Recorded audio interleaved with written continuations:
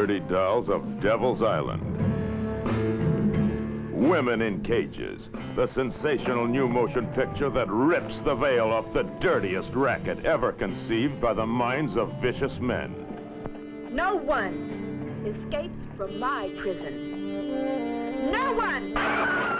Bem, hoje voltamos a falar de exploitation, porque um ciclo não se faz só com 1 ou 2 episódios, e apesar de eu não achar que iremos fazer aqui um trabalho muito extenso e muito completo, queria falar de alguns que são importantes para mim ou que são importantes no geral para o cinema. E hoje vamos falar de um género de exploitation muito bem definido, que são as mulheres na prisão. É um subgénero que não é recente, não é dos anos 60 e 70, apesar de depois dos anos 60, com o fim do Código de Hays, ter voltado em grande, que já vem desde o início do século XX. Estes filmes normalmente são obras de ficção que chegaram a ser, ainda hoje são consideradas como pornografia ou talvez soft porn. E os filmes deste género incluem uma mistura de aventuras eróticas das mulheres na prisão, sendo que este erotismo nem sempre é consentido.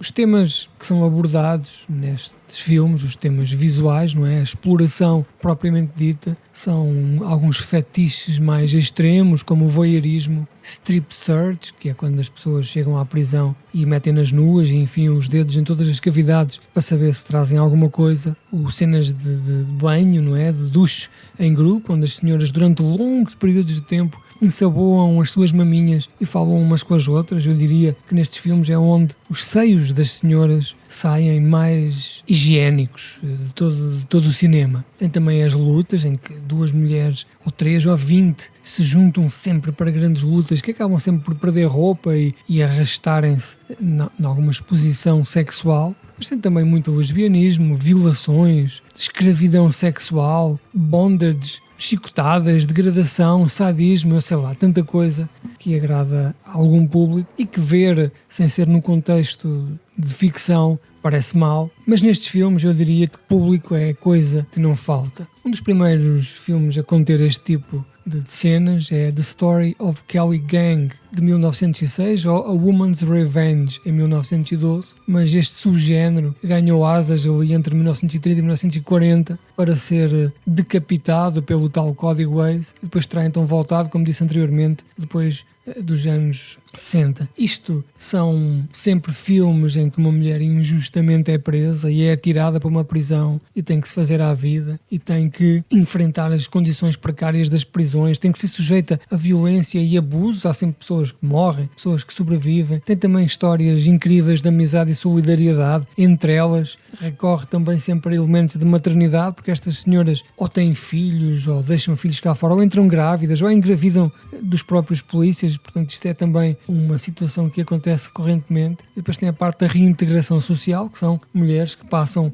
dezenas de anos em situações super precárias e violentas, depois têm que enfrentar o mundo real. Um dos filmes mais famosos, mainstream, deste género é o Thelma e Louise, em que as 2 mulheres exploram esta temática da liberdade feminina e de fugir, e a rebelião contra a opressão. É muito diferente daquilo que são os exploitations, mas também tem em si as mesmas situações. Os italianos, não é, produziram centenas destes filmes, sempre com algum conteúdo gráfico, naquilo que é o sexo, naquilo que é a violência, naquilo que eles faziam em todos os tipos de exploitation. Bruno Mattei, que também é o realizador que já falámos aqui anteriormente, realizou, por exemplo, a Woman's Prison Massacre, em 1985, Caged Woman, em 1982, e também Jail, A Woman's Hell, já em 2006. Também fez parte da produção da Woman in Fury, em 85, e Caged Woman in Purgatory, em 1981. Vocês, pelo nome, percebem logo o que é que está aqui envolvido. Havia também aqui alguma interligação entre os Women in Prison, as mulheres na prisão, esta exploitation, com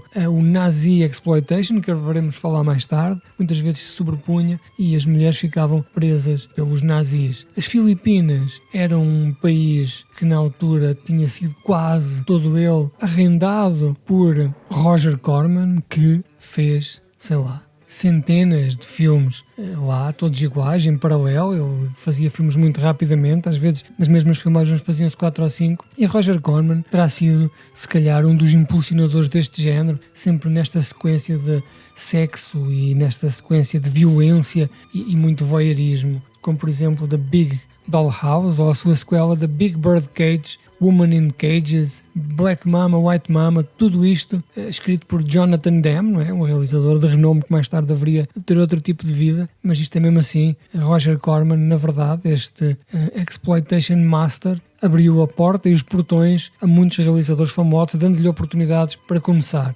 Também Jesus Franco, ou Jess Franco, esteve envolvido neste tipo de cinema. Isto é um cinema relativamente barato de fazer, era colocar mulheres dentro de umas jaulas e com 2 ou 3 guardas e fazer ali cenas atrás de cenas, sempre com conteúdos muito sexuais, muito violentos. E Jesus Franco, com o seu Sadomania, era um especialista deste tipo de cinema. Neste caso até tinha lutas de gladiadores e lutas até à morte, não é? Como tem que ser neste cinema. Prisioneiros que fugiam e depois eram apanhados, tiravam-nos para lagos com crocodilos, todo o tipo de sevícias que as pessoas gostavam de fazer e que teriam até, junto de algum público, tanto prazer como quase o prazer sexual. Também, a interagir, se fizermos aqui um diagrama de Venn, temos também aqui o non-exploitation, que é um género que ainda hoje continua a bombar, que são filmes com freiras, fora, claro, do contexto de convento, que tinha muitas vezes também cenas religiosas, quando elas eram presas, associadas a este tipo de cinema.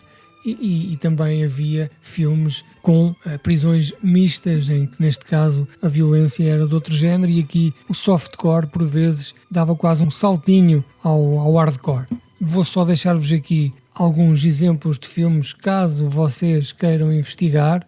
Os mais, diria eu, importantes. Não é um tipo de cinema que eu consumo muito, eu vejo 1 ou 2 ou 3 e vocês se virem, vocês percebem que as temáticas são muito recorrentes. Eu sugeria um de Jesus Franco, ou Jess Franco, no estrangeiro, um do Roger Corman, ou 15, não é?